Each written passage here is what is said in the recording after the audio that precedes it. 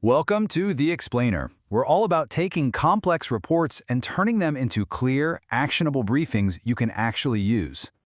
All right, today we're jumping into a guide that's built specifically for newsrooms like yours. It's all about tackling the growing and often invisible problem of radio frequency interference. Now, this is part 4 of a 10-part guide from RFI detectives, based on research from Virtualization Options, LLC. What's great is that it's packed with different angles to help you find and tell some really compelling stories about a threat that, frankly, is seriously underreported. So think about that for a second. A $50 gadget that could stop a 911 call from going through? This isn't some far-off what-if scenario. It's the reality of illegal radio jammers. And you know what? It's a huge story hiding right under our noses. So okay, let's really dig in and understand what we're dealing with here. Okay, first things first, let's really lay out the threat. We're talking about these small devices, super easy to buy, that are creating this invisible chaos all around us. So a radio jammer, what is it? It's basically a device that intentionally blasts out signals to mess with communications. We're talking cell calls, GPS, Wi-Fi, you name it. And here's the kicker. Even though using them is totally illegal, these jammers are quietly causing all sorts of problems across the country. And for a journalist, that's a goldmine of stories. You know, the stories that really hit home are almost always local. And that's where this gets interesting, because these jammers are creating immediate, really relatable dangers right in our own communities. So here's a story angle for you. Picture this. A local restaurant wants to create a nice, phone-free vibe for its customers. So what do? They buy and install a jammer. Their policy was simple: no cell phones. But the unintended consequence? Whoa, no emergency calls. Suddenly, a well-meaning idea turns into a public safety nightmare. That's a perfect hook for a local investigation, right? And here's a pro tip. You could even use FOIA requests to see if the FCC has enforcement records of this exact thing happening in your town. And it's not just restaurants. We're seeing a similar thing with schools.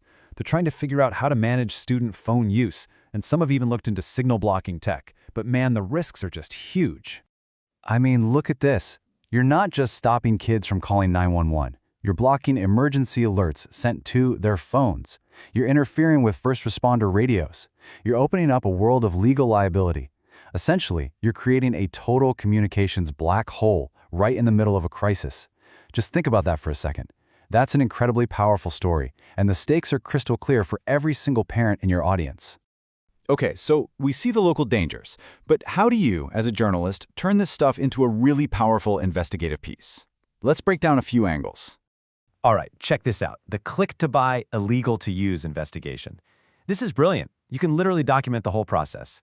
Step 1, you show yourself buying it online. Step 2, you film the unboxing, just like a tech reviewer. And Step 3, you reveal that this thing you just bought with a credit card is actually illegal to even turn on.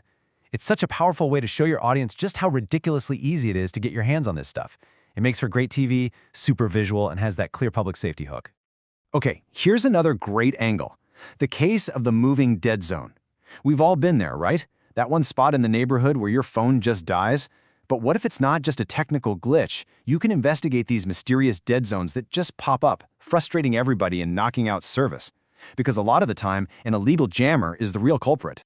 So how do you hunt it down? Well, you start by talking to the people affected, you talk to local officials, you put the pressure on the cell carriers to explain what's going on, and then, and this is the cool part, you can partner up with an RF engineer and use direction-finding gear to actually track down the source. This kind of field reporting is amazing. It turns a boring technical problem into a really compelling local mystery. Imagine taking your cameras out with an engineer, literally hunting for an invisible signal. That is fantastic television. And what's so great about these local stories is that they're a gateway. They connect to a much bigger national conversation about security, policy, and technology. Take the debate over jamming in prisons. This is a perfect example of a really complex policy issue. On one hand, you have a solid argument for it. It stops inmates from using dangerous contraband cell phones and makes the facility more secure. But on the other hand, the argument against it is just as strong. What if that jamming signal bleeds out and blocks legitimate calls for people living nearby? What if it messes with first responder radios? This lets your newsroom dive into a really nuanced topic, talking to everyone from prison officials to civil liberties folks to the people who just happen to live down the street. And the story gets even bigger. We're now at a point where electronic warfare is, well, coming home.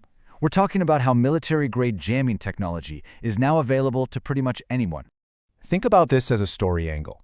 Interviewing defense analysts. Talking to federal law enforcement about the fact that hardware that used to be exclusive to the military is now out there.